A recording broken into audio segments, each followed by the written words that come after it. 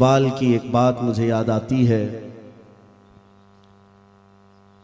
ये मिसरा किस शौख ने महराब मस्जिद में लिखा, ये नादां गिर गए सजदे में जब वक्ते क़याम आया।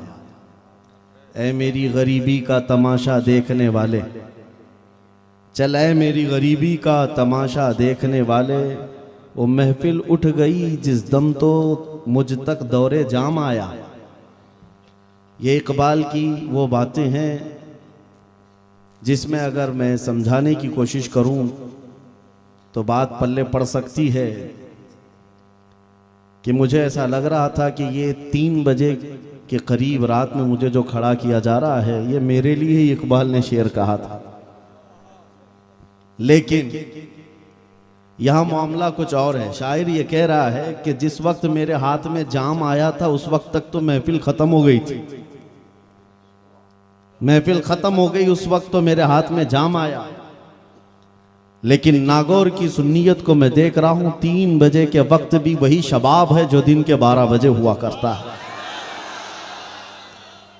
अहले बासनी इस बात के लिए काबिले सद मुबारकबाद हैं कि आपका ये मजमा बता रहा है कि मोहम्मद अरबी सल्लल्लाहु अलैहि वसल्लम के गुलामों में थकान नहीं आती और सिपाही को थकना भी नहीं चाहिए। रातें तो रोज हैं सोने के लिए, कोई एक रात मेरे मुस्तफ़ा के नाम पर हम बेदार रहते हैं। बताओ ए सुन्नियो यहाँ पर हो क्या रहा है? जलसे में जो कुछ भी आप सुन रहे हैं मेरे मुस्तफ़ा की अजमत सुन रहे हैं, उनके महबूबों के तराने सुन रहे हैं। यकीनन ये रातें हमारे आमाल नामे में बहुत भारी मिकदार में पेश की जाएंगी। मैं इस मिंबर का सबसे छोटा खतीब हूँ, बल्कि छोटा मुतकल्लिम कहें। बड़े बड़े खुतबा यहाँ पर मौजूद रहे, उनके जौहर आपने देखे, और सूफ़ी साहब क़िबला जिस तरह से चुन करके इदारा बनाए हैं, मिंबर भी शायद ये चुन करके बनाते हैं। यहाँ पर लफ़ाजी या फिर इस तरह की गोलाबारी नहीं देखी गई, माना खेज जुमले आपके सामने पहुंचाए गए। मुझसे पेशतर मुकर्रिर हज़रत मौलाना कमालुद्दीन साहब जिस दर्द के साथ वो आप तक बयान कर रहे थे, मैं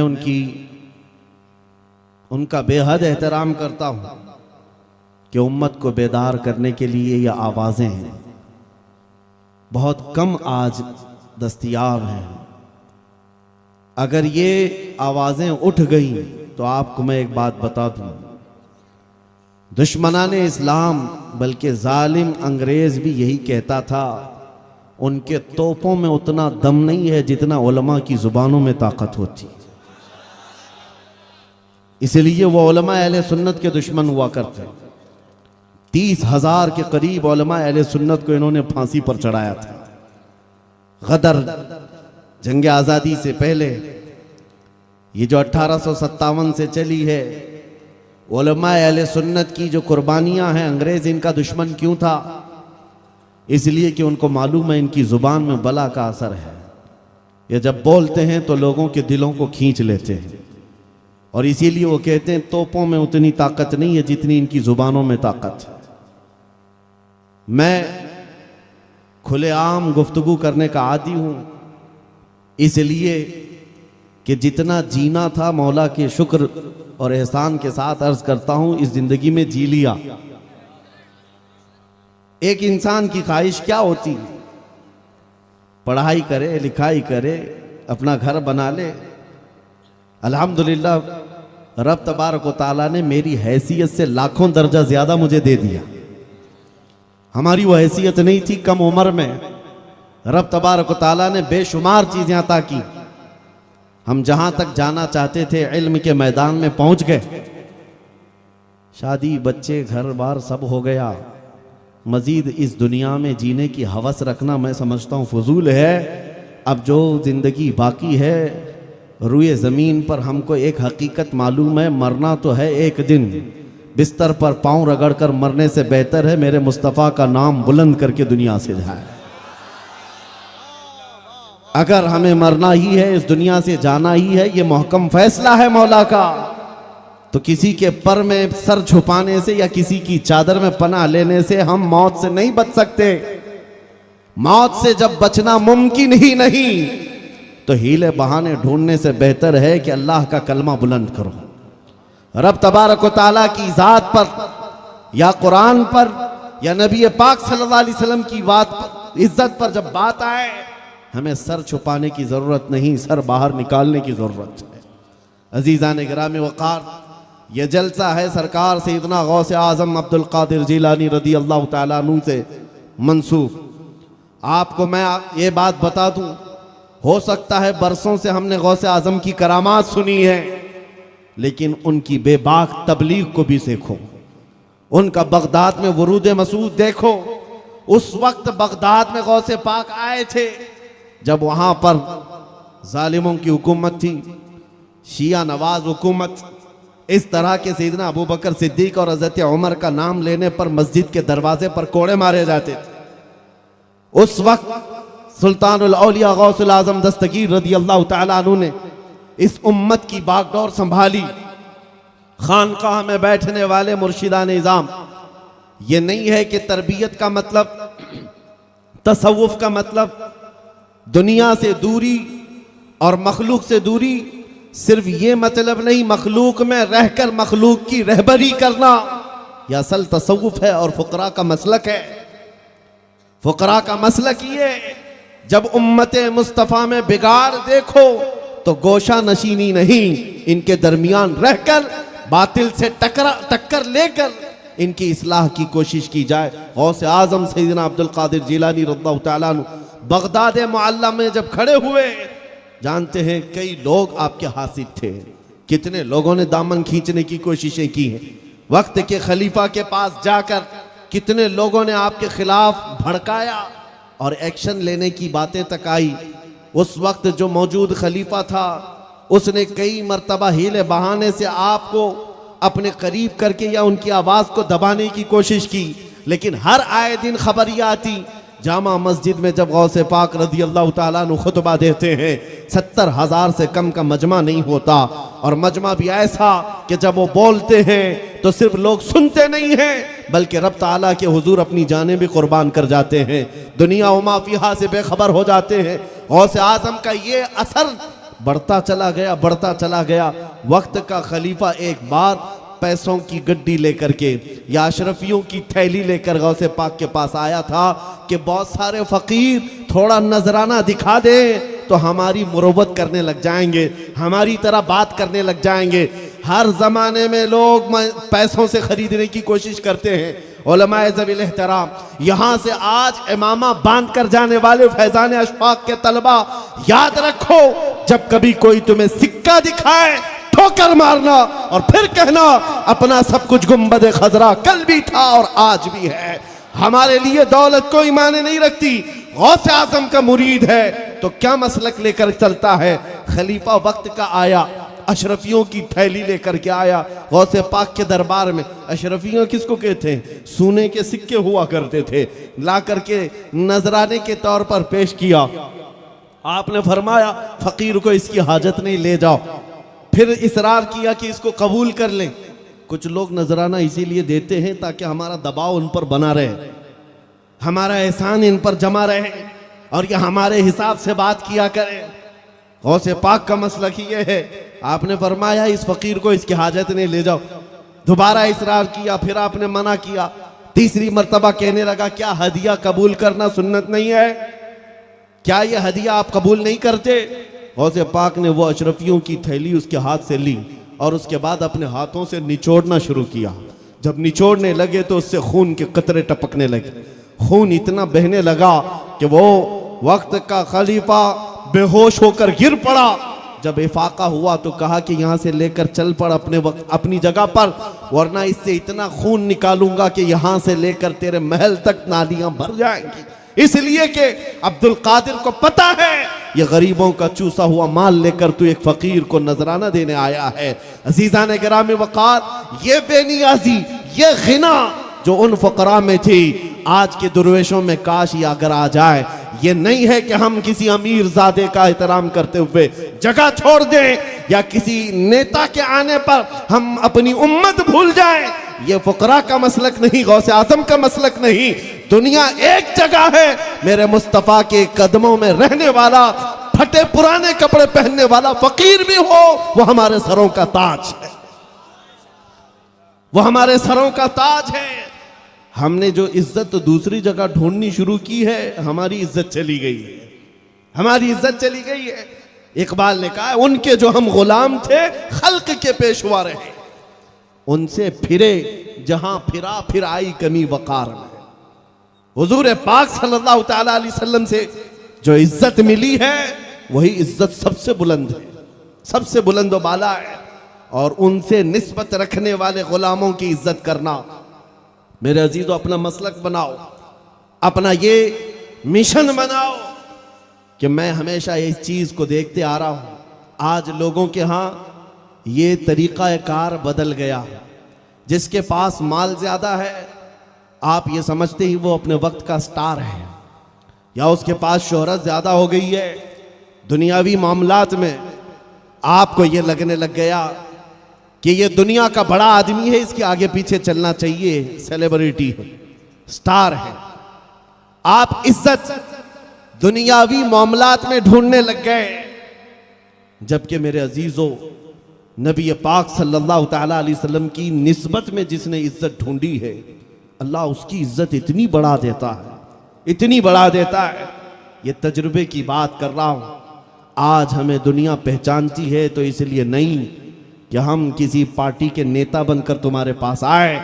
दुनिया सिर्फ हमें जो पहचानती है वो सिर्फ इतनी निस्बत है, जब तक बिके न थे तो कोई पूछता न था। या रसूल अल्लाह, तुमने खरीद कर हमें अनमोल कर दिया। हमारी जिंदगी में इस नौकरी के अलावा क्या है? आज सरकार गौसे आजम अब्दुल कादिर जिलानी रदी अल्लाह तआला अन्हु की निस्बत से यहां जमा है, तो उनका मसलक याद करो। हक बोलना और दुनियावी असबाब से न घबराना, यह गौसे आजम का बहुत अजीम मिशन था। उस वक्त हक बोल रहे थे जिस वक्त हजरत अबू बकर, हजरत उमर का नाम लेने पर भी कोड़े मारे जा रहे थे, उस वक्त बोल रहे थे। आज आवाजें अगर खुल गई, हो सकता है एक गर्दन कटेगी, दो गर्दनें कटेगी, लेकिन एक बात याद रखो, कितने गाजी मारोगे, हर घर से गाजी निकलेगा। यह मुस्तफ़ा करीम सल्लल्लाहु अलैहि वसल्लम का चमन है। कुरान कहता है अल्लाह के नूर को ये अपने मुंह के फूंकों से बुझाना चाहते हैं, ऐसा कभी नहीं होगा। अल्लाह अपने नूर को सुबह क़यामत तक मुकम्मल करेगा। ये दीन इस्लाम का चमन लहलहाता रहेगा। आज मेरे अजीजों, एक तरीके से मैं कहता हूं, आजमाइश का दौर तो है ही। दिल पसीज गया है फिलिस्तीनियों का जुल्म देखकर, फिलिस्तीनियों पर होने वाले मजालिम को देखकर, लेकिन साथ में बार बार एक टीस उठती है दिल के अंदर। रुए जमीन पर ऐसे मोमिनीन की जमात सिर्फ हमने किताबों में पढ़ा था, आज उन बच्चों के अंदर वो उस ईमान की इस्तिकामत को हम देख रहे हैं। उनके छींचड़े उड़ गए, उनके सामने टुकड़े कर दिए गए, एक एक कब्र में 80 मुर्दों को दफन कर दिया गया। फिर भी जाकर उनसे पूछो क्या जमीन बेचोगे, वो लात मारेंगे और कहेंगे नहीं, यहीं रहेंगे, यहीं रहेंगे। मियां हम तो घबरा करके बिलबिले से बिलबिला उठते हैं, छोटी सी तकलीफ पर बिलबिला उठते हैं। मुसीबतों पर जमे रहना अगर तुम्हें तकरीरों से ना समझ में आए तो गज्जा के बच्चों से तो सीख लो, फिलिस्तीन के मजलूम मुसलमानों से सीख लो। कुरान का वादा सच्चा है। एक न्यूज रिपोर्टर जाकर एक छोटी बच्ची से पूछ रहा है, 10 साल की बच्ची होगी, उससे पूछ रहा है तेरे घर में अब कौन कौन बाकी रह गया? वो कहती है माँ भी खत्म हो गई, बाप भी खत्म हो गया, मेरा छोटा भाई था वो भी खत्म हो गया, कोई नहीं है। कहा कहां रहेगी? मुस्कुराती हुई कहती है क्या कुरान में अल्लाह ने नहीं फरमाया अला इन्ना नस्रल्लाहि करीब? आगाह हो जाओ कि अल्लाह की मदद करीब है। और मेरा यकीन है मेरा खुदा जिंदा है, उसकी मदद आएगी। ये कैसा तवक्कुल है, ये कैसा ईमान है। मैं अपने नौजवानों से कहता हूं तुम्हें पहुंची हुई तकलीफें कुछ नहीं है। हिंदुस्तान की इस सरजमीन पर लोग अभी से घबराने लग गए, डरने लग गए। क्या होगा? अरे चोर चमार आए, जंगल में रहने वाले ऐसे जानवर हुकूमतों पर बैठ करके अगर किसी गरीब की घर पर बिल्डोजर चलाते हैं तो तुम खौफ ना खाना। अरे तो ये कीड़ों से भी कम ताकत रखने वाले बाबा है, कीड़ों से भी कम ताकत रखने वाले बाबा है, जिनकी हैबत से तुम्हें घबराने की जरूरत नहीं, डरने की जरूरत नहीं। उनको ललकार करके कहो तुमने तो एक घर नष्ट किया है या किसी की दुकान पर बिल्डोजर चलाया है, ये तो दीवारें हैं, बन जाएंगी। जिस दिन तुम्हारा मन करे सीने पर चलाओ, उस वक्त भी हम अपने नबी का नाम पुकारते रहेंगे। ये क्या चाहते हैं?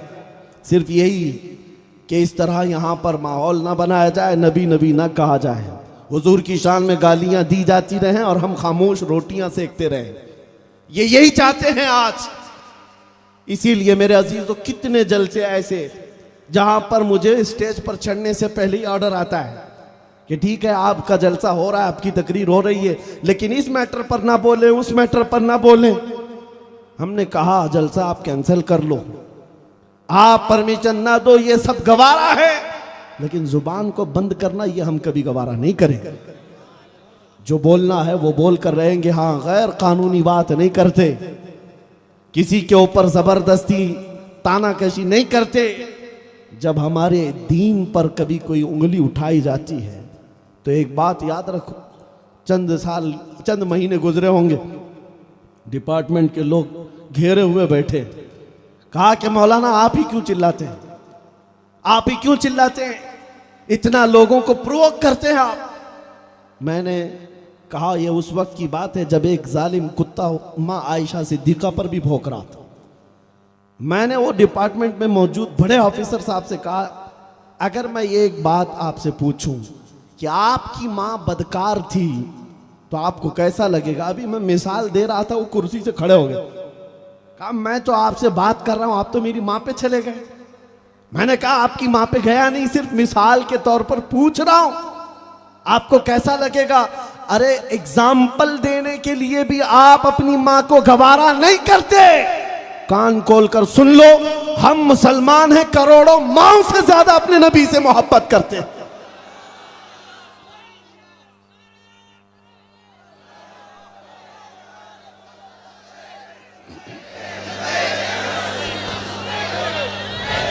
बस आज का एक पैगाम मैं देकर के जाऊंगा जो बरेली की सरजमीन से उठा था।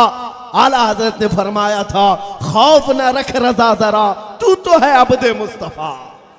खौफ न रख रजा जरा, तू तो है अब्दे मुस्तफा। तेरे लिए अमान है, तेरे लिए अमान है। ये उलमा जो बैठे हुए हैं, इनकी आवाजों को खोल दो, इनके गलों को आजाद कर दो, इनके मिंबरों पर, इनके मेहराबों पर तुम पाबंदियां ना लगाओ कि मौलाना हालात खराब है, ये ना बोलो, वो ना बोलो। ये मुआश के मारे हुए बेचारे तुम्हारे हालात को देखते हुए खामोश हो जाते हैं और इस तरह से कौम के अंदर बुज़दिली आने लग जाती है। मैं उलमा से भी कहता हूं, अगर इस तरह की नौकरियां छूटती हैं तो छूटे, अल्लाह रज़्ज़ाक़ है, मुसब्बिबुल अस्बाब है। अगर एक दरवाजा कौम बंद करती है, मेरा मौला 70 दरवाजे कुशादा करेगा। लेकिन हक बात बोलने से कभी पीछे ना आए। सरकार गौसे आजम अब्दुल कादिर जीलानी रज़ियल्लाहु तआला अन्हु मिंबर पर खड़े होकर तकरीर कर रहे हैं, बयान कर रहे हैं, मजमा बहुत बड़ा है। अचानक छत के ऊपर से एक काला सांप गिर गया, और वो भी कहां, आपके कंधे पर गिरा, फिर आपके अंदर दाखिल हुआ, आस्तीन में आया। सांप है और वो भी खतरनाक किस्म का काला सांप। बयान जारी रहा, बयान चलता रहा। लोग थोड़े से इधर उधर हो गए, कुछ मुंतशिर हो गए, कुछ जमे हुए बैठे रहे, लेकिन आपकी खिताबत में जरा बराबर भी न लग़ज़िश आई, ना कभी फिसलन देखा। बराबर फसाहत और बलागत के साथ बयान जारी रहा। वो सांप घूम फिर करके वापस चला गया। जब बयान खत्म हुआ तो लोगों ने पूछा ये क्या बात थी? ये सांप आया और आप बयान जारी रखते रहे और उसके बाद भी आपने कलाम को मुकम्मल किया। गौसे पाक रज़ियल्लाहु ताला अन्हु फरमाते हैं, मैं उस कादिर का बंदा अब्दुल कादिर हूं, मुझे उसकी कुदरत पर यकीन है। अगर मौला ने मेरी मौत लिखी है तो ये काला कीड़ा नहीं, चूंटी से भी मौत हो सकती है। और अगर उसने मौत नहीं रखी, इस तरह के 100 सांप भी मेरे गले में लटक जाए, मुझे कोई मौत नहीं दे सकता। इस यकीन के साथ आज इस जमीन पर जियो। ऐ सुन्नियो, अगर हमारी मौत लिखी है, हम किसी रोड पर फिसल करके भी मर सकते हैं, लेकिन अगर मौत नहीं लिखी है तो मोदी और योगी से भी कुछ नहीं हो सकता। कौन डराया हुआ है तुम्हें? कौन डराया हुआ है?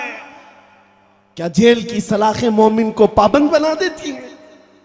क्या जेल की सलाखें और फांसी के फंदे हमारे जज्बात को कुचल देते हैं? इनके आबा व अजदाद में हजरत मुजफ्फर हुसैन कचौचवी थे। फरमाते थे जब उनको कैद किया गया था, तब आपने एक शेर कहा था, मुजफ्फर को मुकय्यद न समझ ऐ सय्याद, मुजफ्फर को मुकय्यद न समझ ऐ सय्याद, मेरी ये असीरी भी सुन्नत आबाई है, मेरी ये असीरी भी सुन्नत आबाई है। तुम्हारे जज्बात न जेल की सलाखों से खत्म होते हैं, ना ही फांसी के फंदों पर खत्म हो जाते हैं। दुनिया ने ये सारे ट्रायल करके देख लिए। हम हमारे साथ, हमारे असलाफ के साथ, इमाम अहमद बिन हम्बल को जब बाजार बगदाद में कोड़े मारे जाते थे, तकरीबन 300 कोड़े मारे गए। वक्फे वक्फे के साथ कई मर्तबा कोड़े मारे गए। आपका मशहूर जमाना एक चोर के सामना हुआ। उस जमाने का एक चोर था, रास्ते से गुजर रहा था। उलमा के लिए बात बहुत ही अहम है। इमाम अहमद बिन हम्बल को देख करके वो रुक गया। कहा, अहमद बिन हम्बल, मुझे पहचानते हो? कहा, नहीं। कहा, मैं फला डाकू हूं, फला चोर हूं। चोरी के जुर्म में अब तक मैं 1500 कोड़े खा चुका हूं। इमाम अहमद बिन हम्बल उस वक्त 100 कोड़े खाए हुए थे। 100 कोड़े उनको लगे हुए थे। और ये चोर मिलकर कह रहा है, अब तक चोरी के जुर्म में मुझको 1500 कोड़े लग चुके, वक्फे वक्फे पर, लेकिन फिर भी मैं चोरी नहीं छोड़ा। चालू है। कहा, कहना क्या चाहते हो? कहा, चोरी तो एक गलत चीज है, 1500 कोड़ों के बाद भी मैं चोरी नहीं छोड़ा। अहमद बिन हम्बल, 100 कोड़ों के बाद तो दीने मुस्तफा को ना छोड़ना, ना ही हक बोलना छोड़ना। उस जमाने के चोर भी ये समझते थे, उलमा का मिशन कुछ और है, उलमा का मसलक कुछ और है। हम गलत हैं, लेकिन उलमा को वो पाबंदे सलासिल नहीं करते। गुनहगार तो होते थे, लेकिन गद्दार नहीं थे। मेरे अजीजों, आज वो वक्त आया है जब हक बोलने की जरूरत है और उलमा ज़वील एहतराम को आवाज उठाने की जरूरत है। और अगर अब ना बोला जाए तो फिर ये आने वाली नस्लें हुजूर का नाम लेने से डरने ना लग जाए, कुरान पढ़ने के लिए खौफजदा ना होने लग जाए, जैसे आज अजानों के सिलसिले में इन्होंने डराया हुआ है। अभी तो लाउड स्पीकर पर बात चल रही थी, चंद महीने गुजरे होंगे, सारी दज्जाली मीडिया कूद पड़ी, अजान की आवाज इतनी, अजान की आवाज इतनी। बहस करते करते कहां तक चले गए? कलमाते अजान पर भी, कि अजान के कलमात में ऐसा है, ला इलाहा इल्लल्लाह, कोई खुदा नहीं सिर्फ अल्लाह है। ये तो हमारे सारे खुदाओं को रद्द करते हैं। 1400 साल से क्या सो रहे थे? ये कलमा पहले से चल रहा, अभी आज समझ में आया। मेरे अजीजों, ये धीरे धीरे उन कलमात पर भी आना चाहते हैं जो हमारे दीन की जड़ है और बुनियाद है। और इसकी असल वजह यही है, जब तक तुम खामोश रहोगे, जब तक तुम ये सहने की आदत डालते रहोगे। मौला इमाम हुसैन का एक कलमा नकल किया गया है किताबों में। आपने फरमाया, मेरे नजदीक जालिम सिर्फ वो नहीं जो हाथ उठाता है किसी पर, जालिम उससे बड़ा वो है जो जुल्म सहकर खामोश रहता है, खामोश रह जाता है, इसलिए कि वो पूरी कौम को बुज़दिल बनाता है। आवाज उठाना सीखो। मौत और हयात अल्लाह के दस्ते कुदरत में है। रब्बे जुल जलाल जो अंधेरियों के बाद उजाले लाता है, गहन लगने वाले चांद को फिर आबो ताप के साथ चमकाता है, क्या वो कादिर मुतलक इस बात पर कुदरत नहीं रखता? इस उम्मत पर आए हुए इन अंधेरियों को छाट कर फिर उम्मत को उजाले में ले आए। यकीनन वो कादिर मुतलक इस बात पर कुदरत रखता है। चंद दिन देखना, उसके बाद मैं तो हमेशा ये कहता आया हूं, कुछ देर की खामोशी है फिर शोर आएगा। आज कुत्तों का वक्त है, कल हमारा दौर आएगा।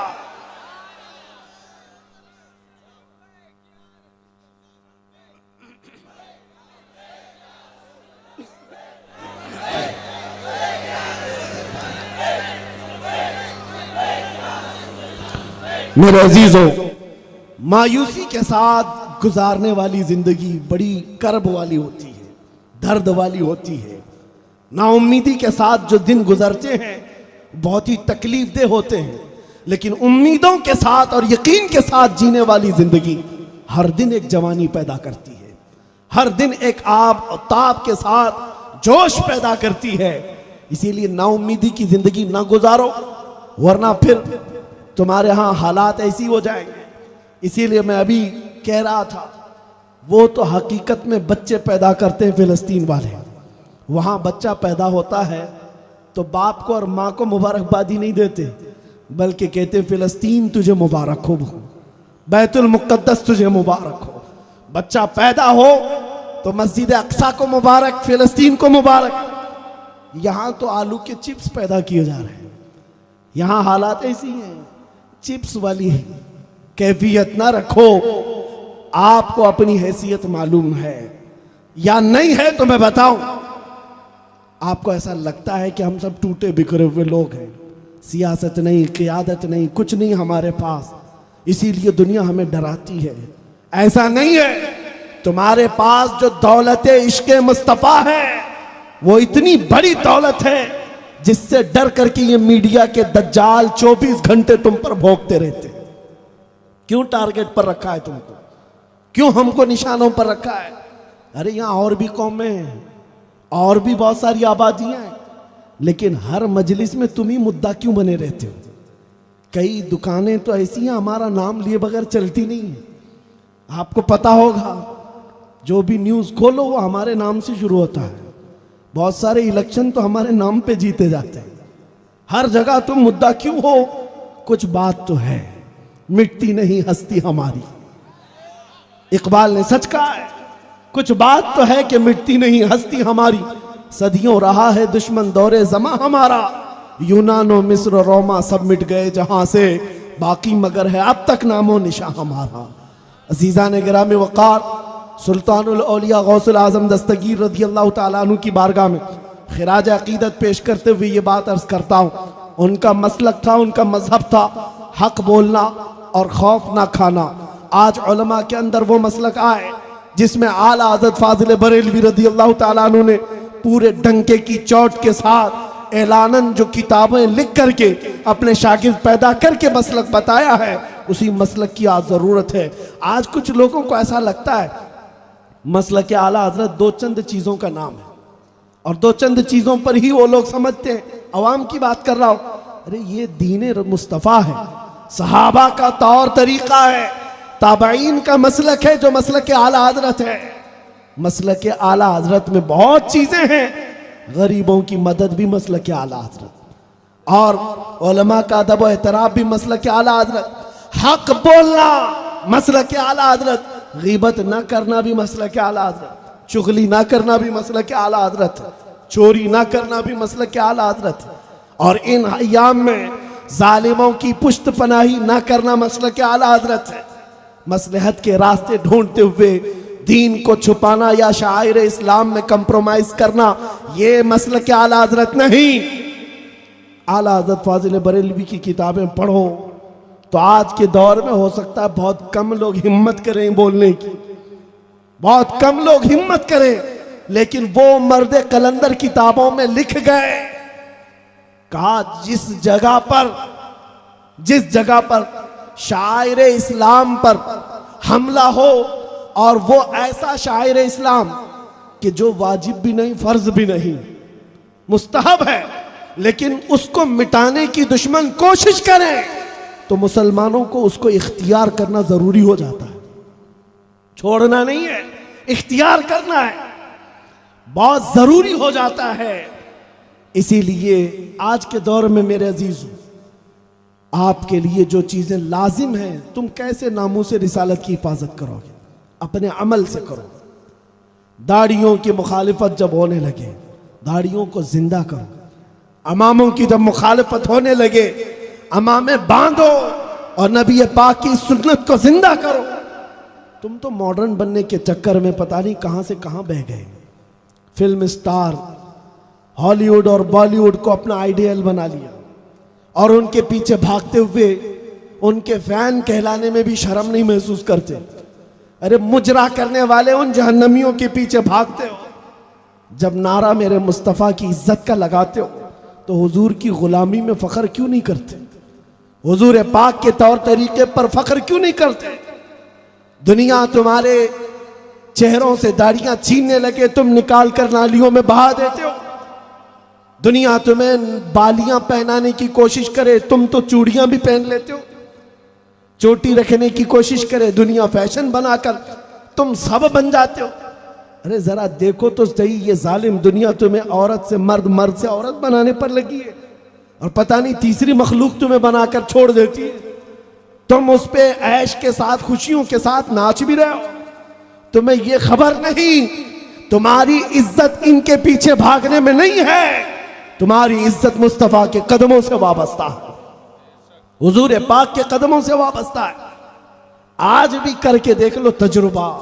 आओ उस नुक्ते पर, उस पॉइंट पर जहां मेरे नबी ने अपने सहाबा को छोड़ा था। मजीद किसी चीज की जरूरत नहीं। इकबाल 10 साल यूरोप में खाक छान करके आया, तहकीकात करके वापस अपने वतन आया। यूरोप को भागते हुए देखा, तरक्की की होड़ पे, साइंस में, फिजिक्स में, ज्योग्राफिया में, अलजिब्रा में। वापस इकबाल आकर अपनी कौम को क्या बशारत दिया? कहा मैं ढूंढने गया था, मेरी कौम की तरक्की किस बात में है। सब मैदान देख लिया। लोगों ने पूछा फिर आपकी कौम किस मैदान में तरक्की कर सकती है?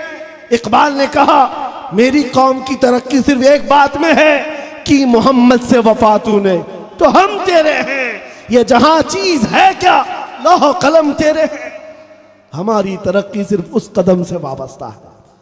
दुनिया को लगे कुछ भी, हम ये बात बोलते रहेंगे। मेरे अजीजों, आज आप क्या समझते हैं हमारी जुबानों को आजादी दे दी जाएगी? इतना आसान काम नहीं है। उलमाए ज़वील एहतराम, आज जिनके सरों पर यहां से अमामा बांधा गया है, 2 बातें याद रख लें। मिशकात शरीफ की वह हदीस भी, दुनिया हासिल करने वाले को दीन पढ़ाना ऐसा ही है जैसे खिंजीर के गले में मोतियों का हार डालना। ऐसे दुनियादार को दीन का इल्म दिया ही ना जाए जो अपने दीन को इस्तेमाल करने लग जाए दुनिया हासिल करने के लिए। पहली नसीहत तो इन उलमा के लिए ही है। और इमाम गजाली फरमाते हैं, वो आलिम दीन जो किसी सेठ के यहां जाता है, मालदार के यहां जाता है, इस नीयत से कि मैं कुछ दीन उसके पास दूंगा तो वो मुझे कुछ पैसे देगा।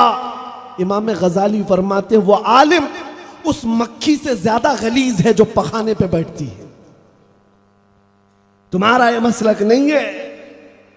तुम्हें अल्लाह के रसूल की नियाबत दी गई है, क्या ये कम है नाइबे रसूल हो जाना?